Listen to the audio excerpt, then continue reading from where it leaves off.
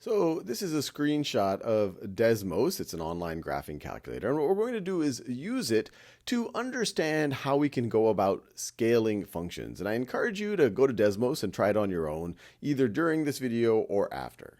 So let's start with a nice, interesting function. Let's say f of x is equal to the absolute value of x. So that's pretty straightforward. Now let's try to create a scaled version of f of x. So we could say g of x is equal to, well, I'll start with just absolute value of x. So it's the same as f of x. So it just traced g of x right on top of f. But now let's multiply it by some constant. Let's multiply it by 2. So notice the difference between g of x and f of x. And you can see that g of x is just 2 times f of x. In fact, we can write it this way. We can write g of x is equal to 2 times f of x. We get to the exact same place. But you can see that as our x increases, g of x increases twice as fast, at least for positive x's, on the right-hand side. And actually, as x decreases, g of x also increases twice as fast. So is that just a coincidence that we have a 2 here and it increased twice as fast? Well, let's put a 3 here.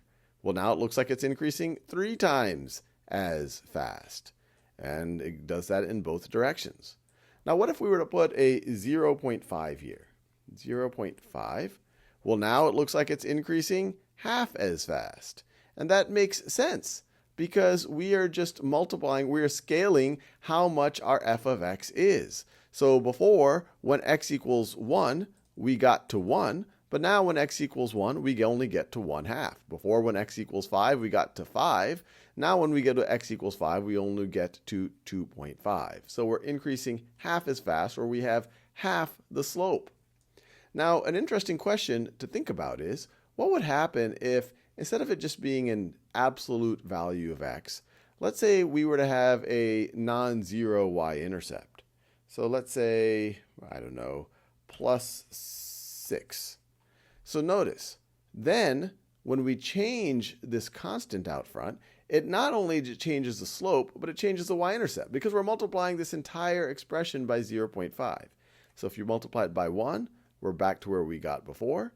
And now if we multiply it by 2, this should increase the y-intercept because remember, we're multiplying both of these terms by 2. And we see that. It not only doubles the slope, but it also increases the y-intercept. If we go to 0.5, not only did it decrease the slope by a factor of 1/2, or I guess you could say multiply the slope by 1/2, but it also made our y-intercept be half of what it was before. And we can see this more generally if we just put a general constant here, and we can add a slider. And actually, let me make the constant go from 0 to 10 with a step of, I don't know, 0.05. That's just how much does it increase every time you change the slider. And notice, when we increase our constant, not only we're getting narrower because the slope, the magnitude of the slope is being scaled, but our y-intercept increases. And then as k decreases, our y-intercept is being scaled down, and our slope is being scaled down. Now that's one way that we could go about scaling, but what if instead of multiplying our entire function by some constant, we instead just replace the x with a constant times x?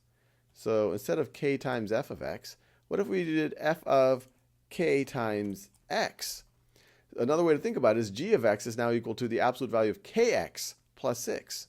What do you think is going to happen? Pause this video and think about it.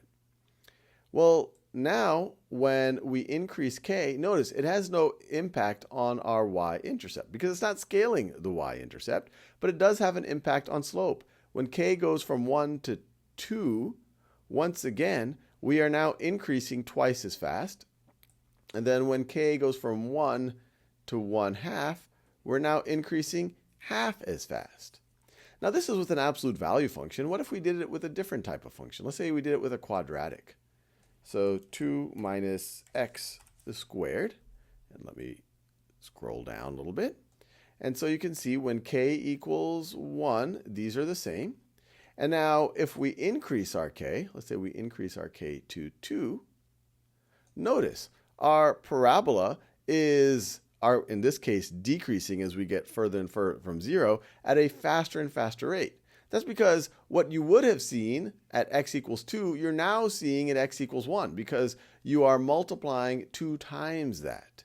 And if we go between 0 and 1, notice on either side of 0, our parabola is decreasing at a lower rate. It's a changing rate, but it's a lower changing rate, I guess you could put it that way. And we could also try just to see what happens with our parabola here. If instead of doing kx, we once again put the k out front, what is that going to do? And notice that is changing not only how fast the curve changes at different points, but it's now also changing the y-intercept because we are now scaling that y-intercept.